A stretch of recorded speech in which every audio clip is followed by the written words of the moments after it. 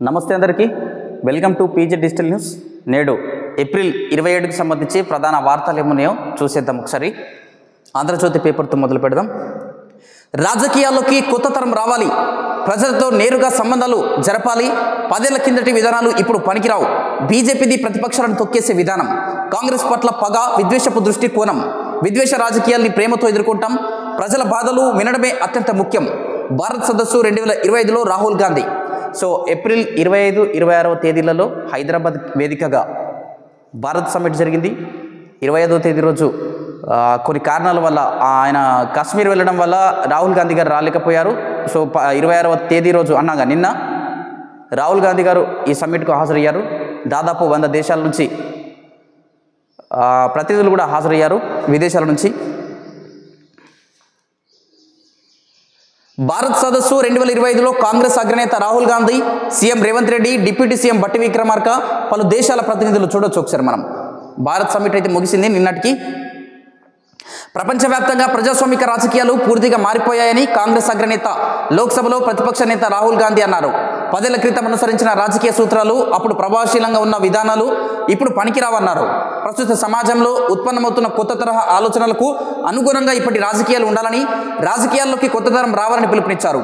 10 ఏళ్ల కిందట ఉన్న రాజకీయాలు ఇప్పుడు పనికిరావని, కొత్త తరం ఖచ్చితంగా రావాలని చెప్పి కూడా అగ్రనేత రాహుల్ గాంధీ గారు పిలుపునిచ్చారు.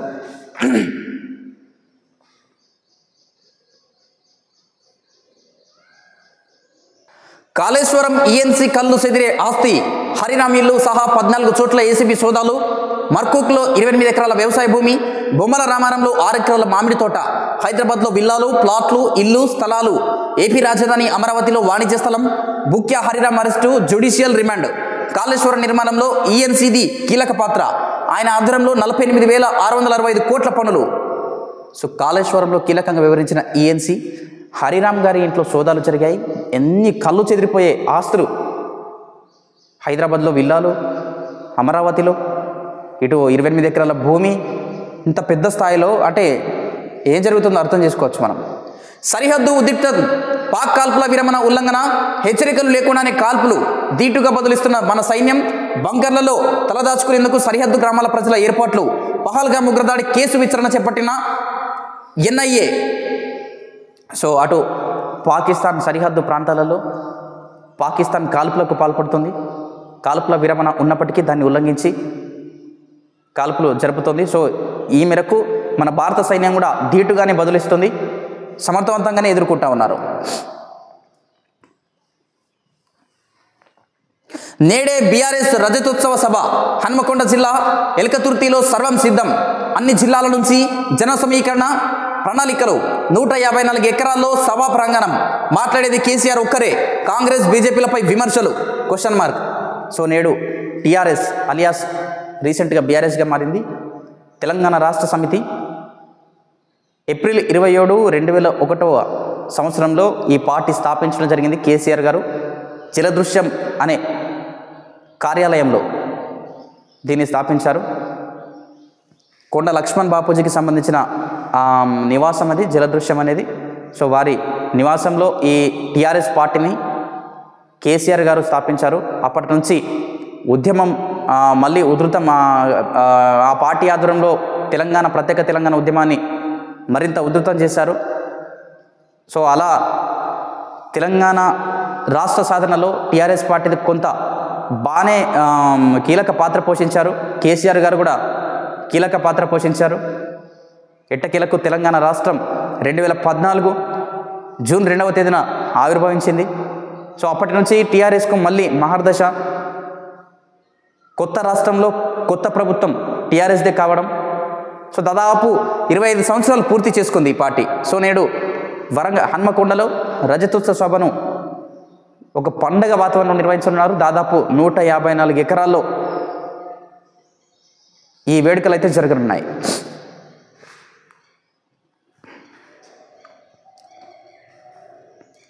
మిగతా ప్రధాన వార్తలు ఏమున్నాయో చూద్దాం ఒకసారి. కర్రెగుట్టల్లో కాల్పులు నిలిపివేయాలి, కేంద్ర ప్రభుత్వం మావోయిస్టు పార్టీతో శాంతి చర్చలు జరపాలి, కూనంనేని. అమాయక ఆదివాసీలే బలి, ప్రొఫెసర్ హరగోపాల్. దండకారణ్యంలో ఆదివాసులపై యుద్ధం అప్రజాస్వామికం, వివిధ పార్టీలు ప్రజా సంఘాల ఆధ్వర్యంలో ఖమ్మంలో శాంతి ర్యాలీ. మనం ఇటీవల చూస్తూ ఉన్నాము ఆపరేషన్ కగార్ పేరిట కర్రెగుట్టల్లో పోలీసు బలగాలు పెద్ద స్థాయిలో మోహరించి మావోయిస్టులను హతం చేసే పనిలో పడ్డారు. సో ఇటు కొన్ని పార్టీల ప్రతినిధులంతా కూడా శాంతి ర్యాలీ నిర్వహిస్తూ ఉన్నారు. కేంద్రంతో చర్చలు జరపాలని, శాంతి చర్చలు జరపాలి, అమాయకపు ఆదివాసీలు బలవుతున్నారని చెప్పి కూడా ర్యాలీ నిర్వహిస్తూ ఉన్నారు. Khammam bypass road April 26 Chhattisgarh సరిహద్దుల్లో ఉన్న కర్రెగుట్టలో కేంద్ర ప్రభుత్వం నిర్వహిస్తున్న ఆపరేషన్ కాగార్పై రాష్ట్రంలోని కమ్యూనిస్టులు, పౌర హక్కుల నేతలు, విద్యావేత్తల నుంచి విమర్శలు వ్యక్తమవుతున్నాయి. కాల్పులను వెంటనే నిలిపివేయాలని, ప్రభుత్వం మావోయిస్టులతో చర్చలు జరపాలని వారు డిమాండ్ చేస్తున్నారు. శాంతి చర్చలకు సిద్ధమని మావోయిస్టులు పదే పదే ప్రతిపాదిస్తున్న కర్రెగుట్టల్లో కూంబింగ్ నిర్వహించడం సమంజసం కాదని సిపిఐ రాష్ట్ర కార్యదర్శి కూనంనేని సాంబశివరావు అన్నారు. సో మనం కొన్ని రోజుల క్రితం చూసాము, మావోయిస్టుల నుంచి ఒక లేఖ కూడా ప్రకటన రావడం జరిగింది. కేంద్రంతో మేము శాంతి చర్చలు జరపడానికి సిద్ధంగా ఉన్నామని చెప్పి లేఖ రావడం జరిగింది. అయినప్పటికీ అక్కడ ఈ కూంబింగ్ మాత్రం ఆగడం లేదు. అటు సిపిఐ పార్టీ నాయకులతో పాటు విద్యావేత్తలు కొంత విమర్శిస్తూ ఉన్నారు. ఈ కాల్పులు ఆపేయాలి, విరమించాలి, శాంతి చర్చలు జరపాలని చెప్పి కూడా, ఈ కాల్పులలో అమాయకపు ఆదివాసులు బలవుతున్నారని చెప్పి కూడా చెప్తా ఉన్నారు. సైద్ధాంతిక భావాజాలాన్ని పెంపొందించాలి, తరగతి గదిని సమాజంతో అనుసంధానించాలి. ఎస్ఎఫ్ఐ మహాసభలో నాగేశ్వర్. భారత విద్యార్థి ఫెడరేషన్ కేవలం విద్యా సమస్యల పరిష్కారానికే పరిమితం కాకుండా సమాజంలో సైద్ధాంతిక భావజాలాన్ని పెంపొందించడానికి కృషి చేయాలని ప్రొఫెసర్ నాగేశ్వరరావు అన్నారు. ఖమ్మం నగరంలో ఎస్ఎఫ్ఐ తెలంగాణ రాష్ట్ర 5వ మహాసభల సందర్భంగా శనివారం ప్రతినిధుల సభ నిర్వహించారు. ఈ సందర్భంగా ఆయన అందులో పాల్గొని సైద్ధాంతిక భావజాలాలు పెంపొందించే విధంగా విద్యార్థి సంఘాల నాయకులు కూడా విద్యార్థుల సమస్యల పరిష్కారానికై పోరాడాలని చెప్పి కూడా ప్రొఫెసర్ నాగేశ్వరరావు గారు కూడా పిలుపునిచ్చారు.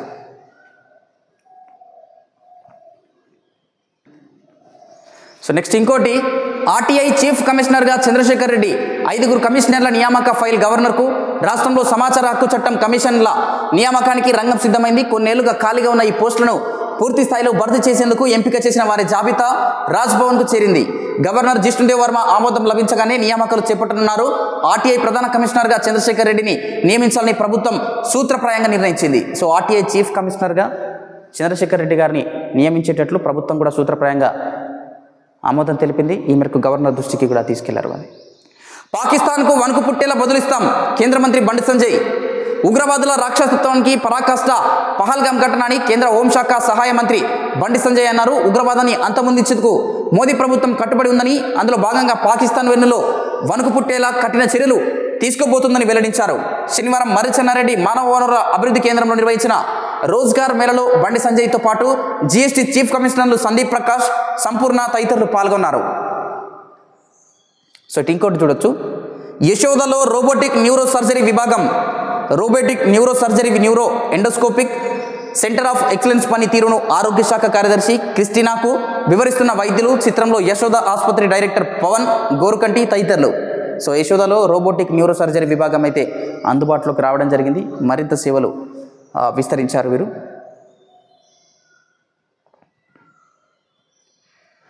రామప్పను సందర్శించిన మిస్ ఇండియా నందిని గుప్తా.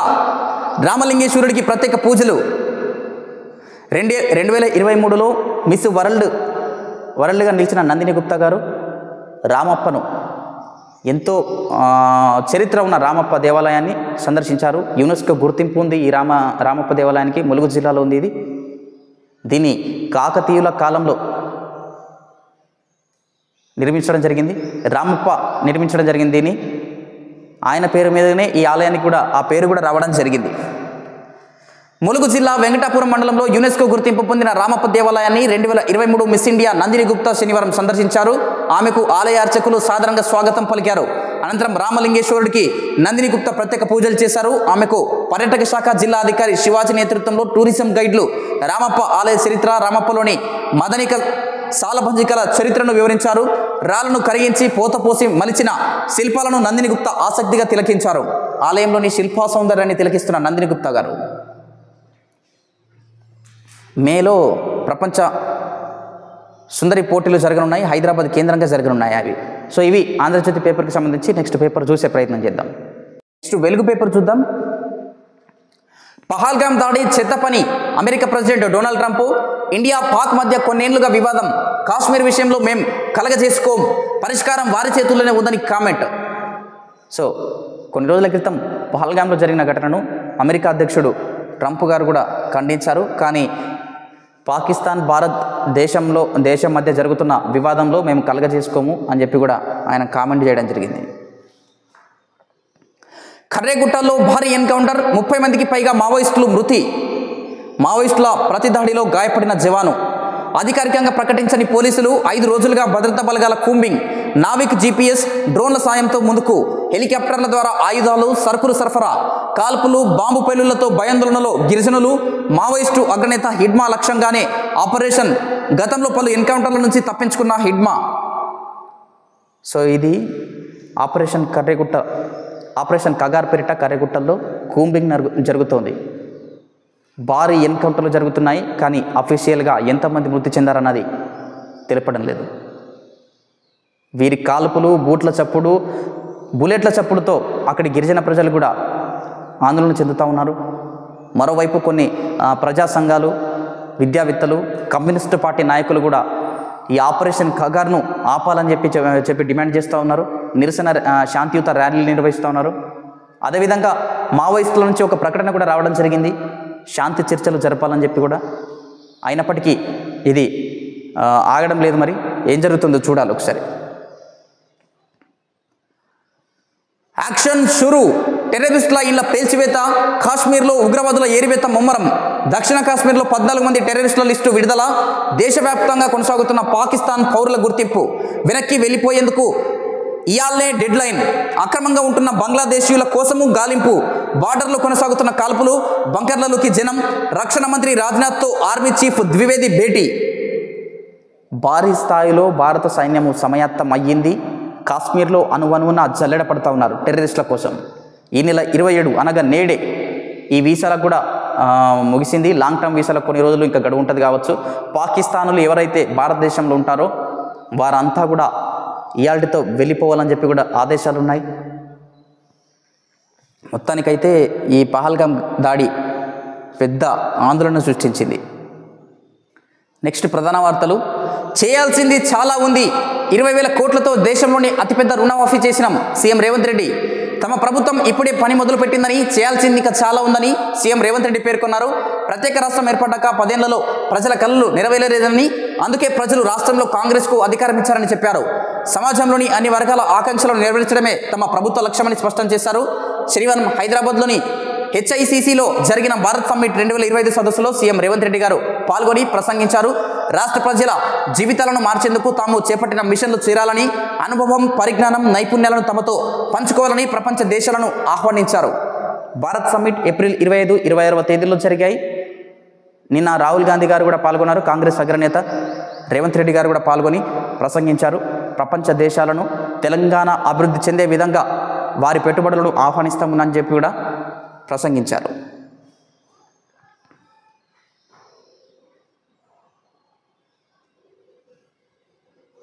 మావోయిస్టులతో చర్చలు జరపండి. మేం 3 పేర్లు ప్రతిపాదిస్తున్నాం. చర్చలకు సంధానకర్తగా వ్యవహరిస్తాం. కర్రేగుట్టలో ఆపరేషన్ కగార్ను ఆపేయండి. ఛత్తీస్గఢ్ సీఎంకు భారత్ బచావో బహిరంగ లేఖ. మావోయిస్టులతో చర్చలు జరపడానికి తాము 3 పేర్లు ప్రతిపాదిస్తున్నామని భారత్ బచావో సంస్థ ఛత్తీస్గఢ్ సీఎం విష్ణుదేవ్ సాయికి శనివారం బహిరంగ లేఖ రాసింది. కేంద్ర ప్రభుత్వం మావోయిస్టుల మధ్య జరిగే శాంతి చర్చలకు తమ సంస్థ సంధానకర్తగా వ్యవహరిస్తుందని ఆ లేఖలో స్పష్టం చేసింది. కర్రేగుట్టలో చేపట్టిన ఆపరేషన్ కగార్ను ఆపేయాలని Bharat Bachao vice chairman doctor MF Gopinath విజ్ఞప్తి చేశారు. మావోయిస్టులతో చర్చలకు కేంద్ర హోంశాఖ మంత్రి అమిత్ షా చొరవ తీసుకోవాలని కోరారు. అక్కడ ఆపరేషన్ కగార్ పేరిట కర్రేగుట్టల్లో విధ్వంసమే జరుగుతుందని చెప్పొచ్చు. మావోయిస్టులపై పోలీసు బలగాలు కూంబింగ్ నిర్వహిస్తూ ఉన్నారు. మావోయిస్టులను హతం చేస్తూ ఉన్నారు. ఈ నేపథ్యంలో చర్చలు జరపాలి, శాంతి చర్చలు జరపాలని చెప్పి కూడా లేఖలు రాస్తూ ఉన్నారు.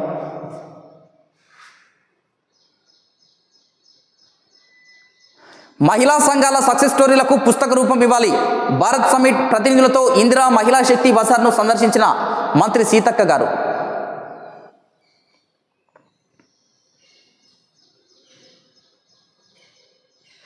సర్కారు భూమికి పట్టాగా మార్చేందుకు వీల్లేదు. భూ వివాదాలను పరిష్కరించే అధికారం సివిల్ కోర్టులకే. హైకోర్టు రంగారెడ్డి జిల్లా కలెక్టర్ ఇచ్చిన ప్రొసీడింగ్స్ నిలిపివేత, విచారణకు జూన్ 21కి వాయిదా. భూ వివాదాలను పరిష్కరించేందుకు అధికారం సివిల్ కోర్టులకు మాత్రమే ఉంటుందని చెప్పి రైట్ ఇక్కడ చూడొచ్చు ఒకసారి. ప్రభుత్వ భూమిని పట్టా భూమిగా మార్చేందుకు వీల్లేదని హైకోర్టు తేల్చి చెప్పింది. భూముల వర్గీకరణ, రెవెన్యూ రికార్డులో ఎంట్రీలకు సంబంధించిన వివాదాలని పరిష్కరించే అధికారం అధికారులకు లేదని పేర్కొంది. భూ వివాదాలను పరిష్కరించే అధికారం కేవలం సివిల్ కోర్టులకు మాత్రమే ఉంటుందని వెల్లడించింది. ఇలాంటి వివాదాలపై జిల్లా కలెక్టర్లు జోక్యం చేసుకోరాదని చెప్పింది. ప్రధానంగా ప్రభుత్వ భూమిని పట్టా భూమిగా మార్చుతూ అనుసంధాన సేత్వార్ జారీకి కొత్త సర్వే నంబర్లు లేక విడిగా సర్వే నంబర్లు కేటాయించే అధికారం అధికారులకు లేదని తెలిపింది.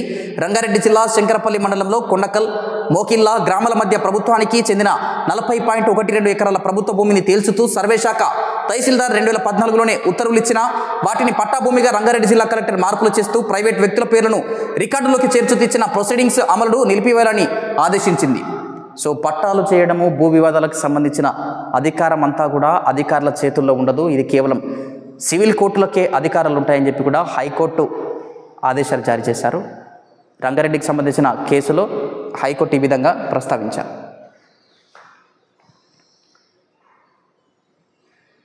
సో ఇవి వెలుగు పేపర్కి సంబంధించి. నెక్స్ట్ వేరే పేపర్ చూసే ప్రయత్నం చేద్దాం.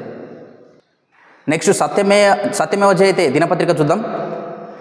ప్రజల మాటే మా పాలనకు బాట, సీఎం రేవంత్. సో ఇది హైదరాబాద్ భారత్ సమ్మిట్కు సంబంధించి. భారత్ పాక్ మధ్య తీవ్ర ఉద్రిక్తత.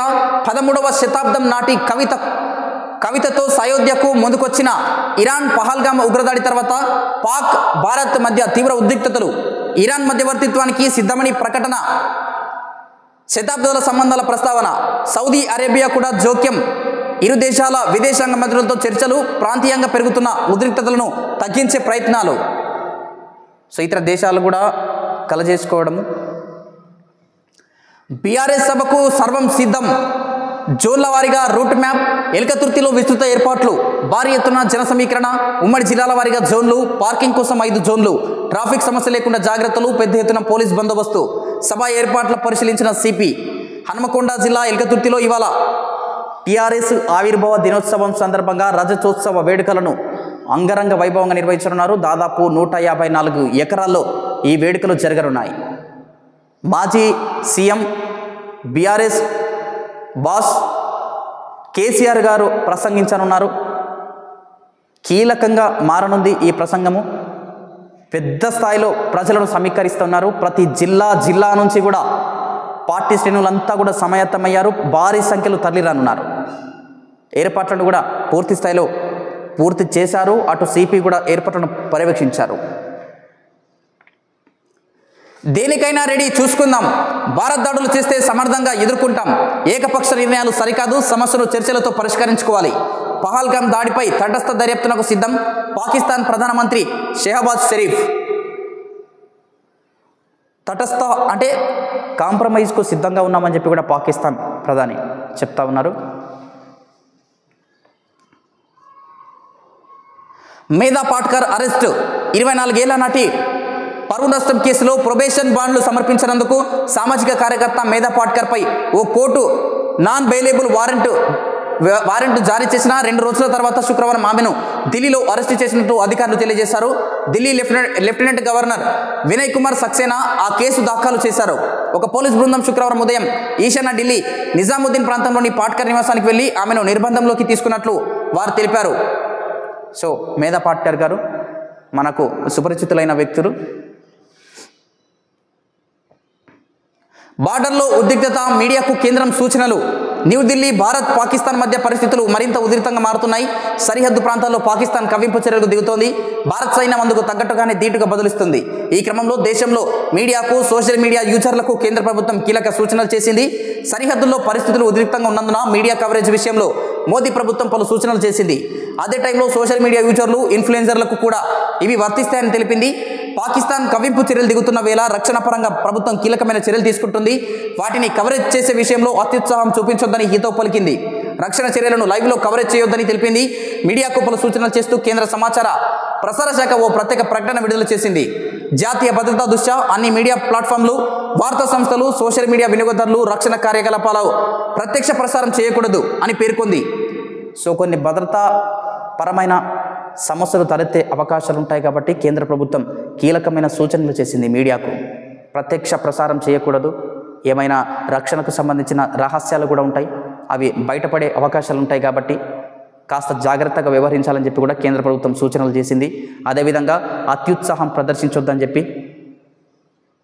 సో భారత సైన్యం సర్వంగా సిద్ధంగా ఉంది. ఏ టైంలో ఏం జరుగుతుందో తెలియదు కాబట్టి మీడియా అంతా కూడా సంయమనం పాటిస్తూ కొంత అత్యుత్సాహం ప్రదర్శించకుండా కవరేజ్ అంటే ఆ ప్రత్యక్ష కవరేజ్ను వదలాలని చెప్పి కూడా కేంద్ర ప్రభుత్వం సూచనలు చేస్తూ ఉంది. సో దానికి సంబంధించి విధివిధానాలు కూడా జారీ చేయడం జరిగింది.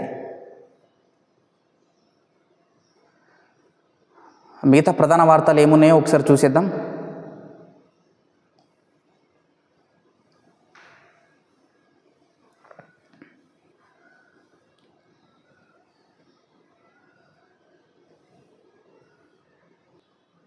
సో ఇవి ఏప్రిల్ 27కి సంబంధించి ప్రధాన వార్తలు. చూస్తూనే ఉండండి మన PJ డిజిటల్ న్యూస్. నేను మీ ప్రదీప్ జిల్లెడ్వార్.